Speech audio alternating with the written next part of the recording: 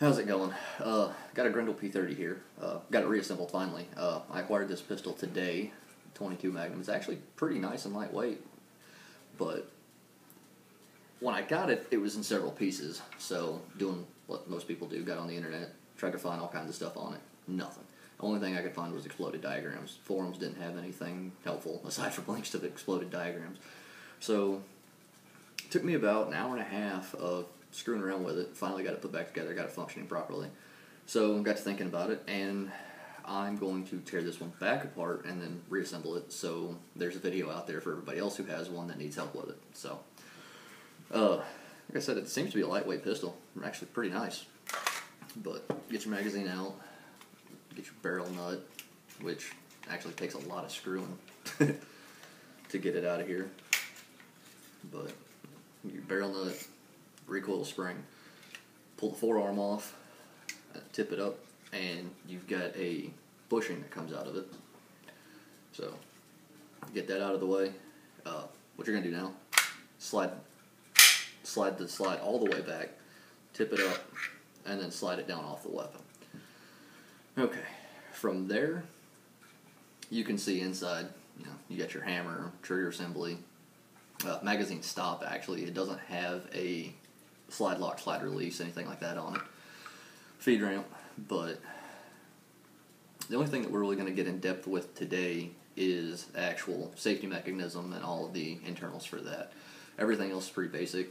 Pull this out, this screw, the same two over here, and that actually releases the front of the barrel and everything comes out as one piece. And then back here there is a sear and a sear spring that sits on this one. Once you pull this out, take the sear and the sear spring out, then this entire thing comes out and you can access the trigger. You really don't need to do that. It's just one more spring that you have to screw with back here on the sear. So I'm not going to pull that one out. Actually, I'm not going to pull any of these out because it's relatively pointless for this video. So unless you just like screwing with springs, but everything in there, once you get this out of the way, is easily accessible and is actually not that hard.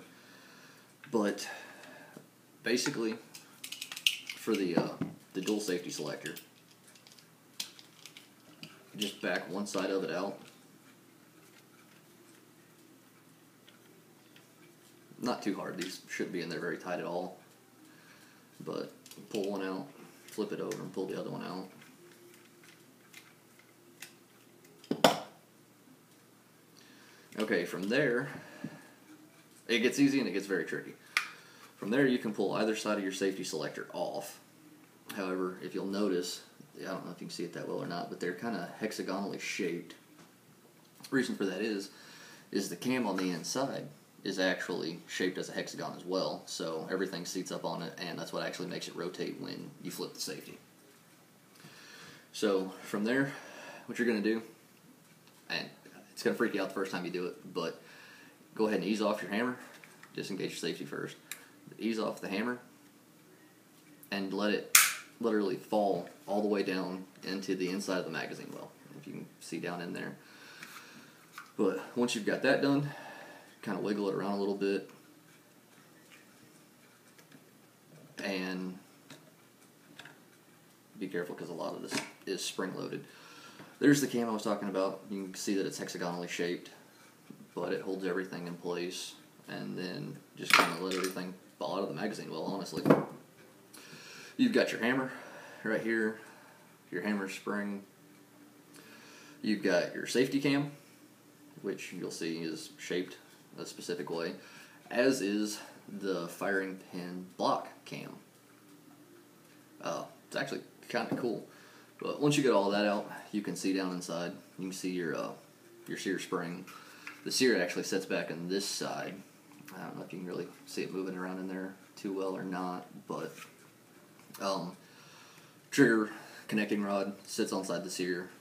Like I said, you can get down in there to oil all of that very, very easily. So there's really no point in taking it out if you're just trying to lube it up, unless you're going to pull everything out with the trigger. And then, to be honest with you guys, you're on your own at that point, because I didn't even go that far into it. But that's getting it all apart. Now, to get it back together, to be honest with you, is a giant pain in the ass. What you're going to do, you'll see on the bottom of the hammer, there's a little groove right here that your spring is going to sit in. Now, your spring will only go in there one way, so get your spring seated in, make sure that you line up in that groove right there, and then obviously make sure you put the hammer in the proper way. Now, it's very, very tricky, and it's annoying. If you get pissed off, walk off, smoke a cigarette, do whatever it takes, but you will get it. The way you're going to do it is you're going to put the hammer down. Okay, so you got your disconnector on the right side of the weapon. Now, doing it as best you can, because it is very, very tedious, but you're going to take your hexagonal shaft and you're going to ease the hammer and the spring assembly down into the weapon. And you want to do it in a manner in which the rear spring will actually seat down on the lower part of the frame where just below where your sear and sear spring assembly is. Now, it does like to get twisted in there a little bit. It's kind of a tight fit, but play with it just a little bit and you should be able to get it to line up and get in there, which seems to be something I'm having some problems with. And it's very, very hard because the hammer doesn't like to stay seated around the hammer spring. So it can be an annoying pain in the ass, but it doesn't take a whole lot of messing around. You'll be able to get it. If you have to, just stick something small down in there to help line your holes up.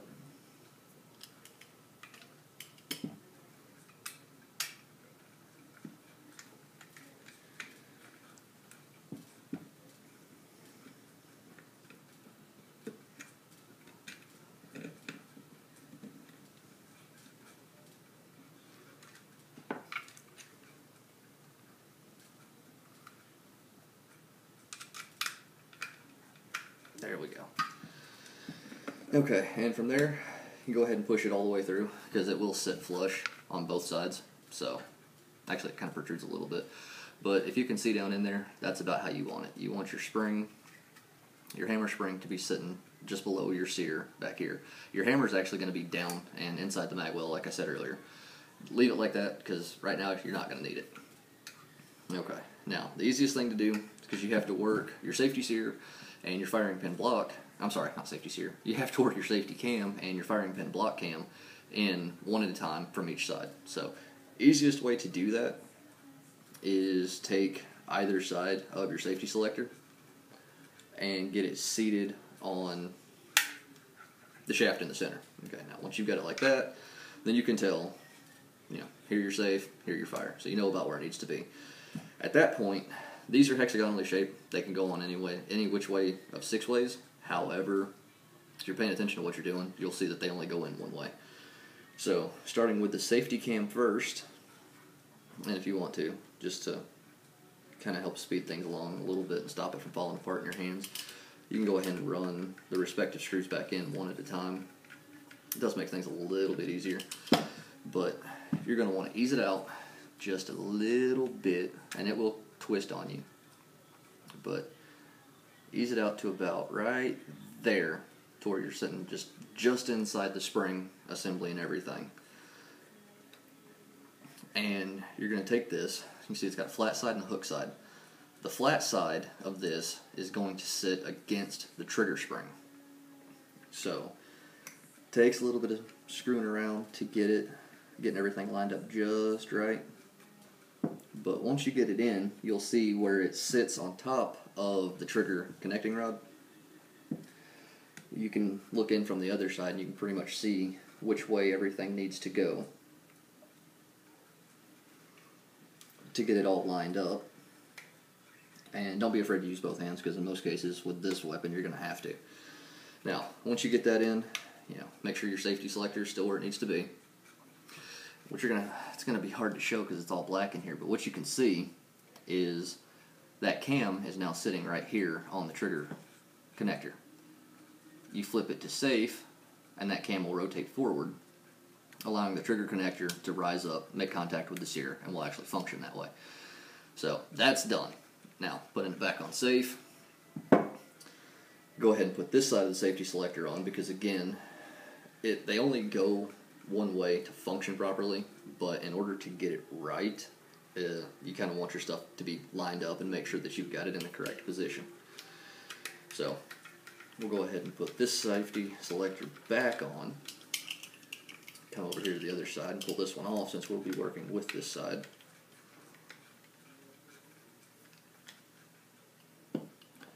That off there. Wiggle that up. Okay, now, again, same thing. Your guide rod, sorry, not guide rod, your fire pin safety block. This is actually kind of tricky. It's going to be a little bit of a pain in the ass, but one thing that will help is where it's flat right here on the top of this, you're going to want that to be flush with the actual rails on the weapon when it's in the safe position. That way it comes up and will actually engage with the safety cam right here, push it over to stop the firing pin from being able to engage. So again, same thing.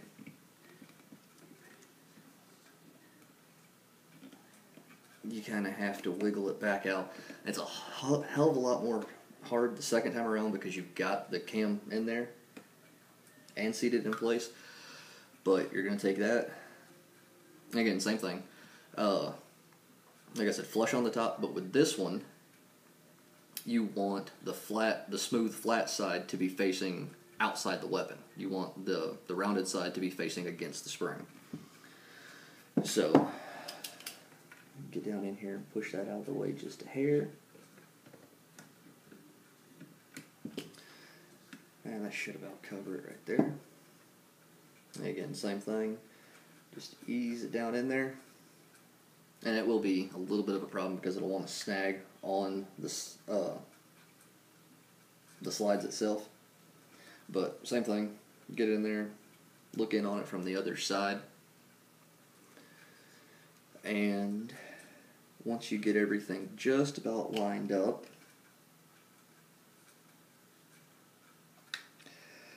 it should slide right back into place. Okay, there you go. So, now, what it does here, I don't know if you guys will be able to see it or not. Actually, you can't. But it sits right here. Yeah, you can see it right there. Okay, in the safe position, you want that to be flat right there. When you disengage the safety, it rolls forward, easing off the cam so that it'll allow the firing pin to engage. So, safe, fire. Same over here with, damn, I hate looking down barrels like that. Same over here. You've got safe because it disengages the trigger connector altogether, and then fire lets it come up and makes contact to pull off the sear. Okay, now once you've got that done, you're safe to go ahead, put your second safety selector back on, and you go ahead and tighten it down at this point because we're just about done working internally with the weapon. So, get all that tight. There you go. Don't over tighten it because if you over tighten either side of this, it will actually jam up to where it will make it very, very difficult to engage and disengage the safety. I think I might actually have mine just a little bit too loose. Just make sure we got everything. There you go. And also you don't want to strip it out because I would imagine parts for these are a pain in the ass to find. Now comes the fun part. If you've got small fingers, which, I really don't, but I manage, what you want to do, and long fingers at that, stick your finger or another tool in through the mag well and press on the back of the hammer. You can actually see, kind of halfway see the hammer bouncing around inside there. Taking your other finger and coming in through here, you're going to want to pass your fingers off to one another. At that point, you can start pulling up on your hammer. And you might have to wiggle it around a little bit, and it'll try to catch on the magazine catch as well. But pull your hammer all the way up and force it into the sear. Okay, now, whatever you do, don't pull the trigger because it will go all the way back down. You saw how much of a pain in the ass that was, and you'll have to do that every single time. But you can make sure that your sear is working. Safety's engaged, and it's not doing anything. Disengage the safety, put your thumb on it just for good measure. Your sear releases, your hammer releases, goes back, locks in place. Okay. back on safe. We don't want to do that by accident. That's basically all there is to this weapon system. Now, the other thing that was kind of tricky, when you put it back together, put the slide on, slide it all the way back, and you know, you guys are going to be sitting there going, well, what the hell, why can't I get to go forward? Well, here's the thing. On the carrier, the hammer actually sits up a little bit and is elevated. Set it on there and push down on it. You can see it in the video, but you'll also be able to hear it and feel it, where it will sit down further. Push it down until it stops, and then slide it forward. You actually have to push the hammer out of the way. Okay, now, once you get that done, next thing you want to do is, you can put it up if you want to like this. Take your forearm, which it's kind of funny name for a pistol, but seat it in here. You're going to go back to the guide rod bushing, and you can see that it is smaller on one side than it is on the other. You want to sit it in with the small end facing down. So, small end down, big end up. And actually, it seats in place inside of here. So it's actually a very cool concept and design. But, guide rod spring, and your barrel nut. Now make sure before you release off that you've got a couple threads started, because that damn thing will go flying.